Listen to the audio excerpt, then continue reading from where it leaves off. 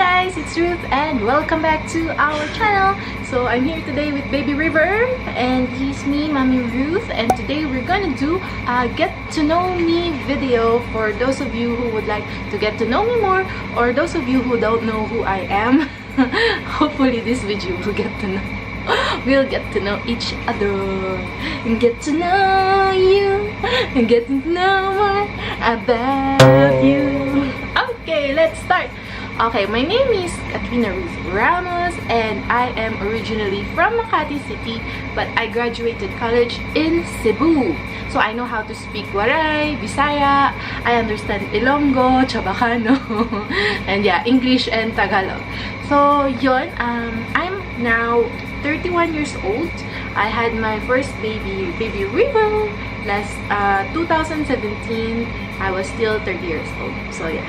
Anyways, I used to work as a flight attendant in Pan Express and Oman Air, and I do have a YouTube channel that helps aspiring flight attendants pass their job interview or get the job as a flight attendant. Check out my channel over here, and also check out my book. I also wrote a book about you know, how the step-by-step way to really ace or really get the job as a flight attendant. Check it out here. Yun. So that's what I do for a living. Right now, what I do is I sell my book. I also coach people who wants to get some, you know, hand-holding when it comes to getting the job as a flight attendant. I coach people online, and I have an online course coming out. Also, I was working on that. So yun. Aside from that, I do have a grab car business, also a condo unit which I am renting out.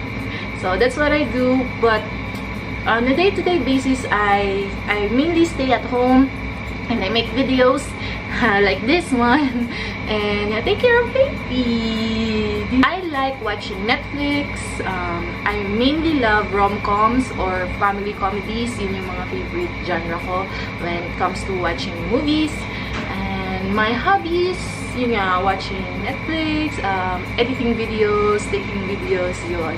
I love watching vloggers, yung mga vlogs nila Anakay, Ancludes. I love watching all of those. Nag-enjoy akong manood sa kanila.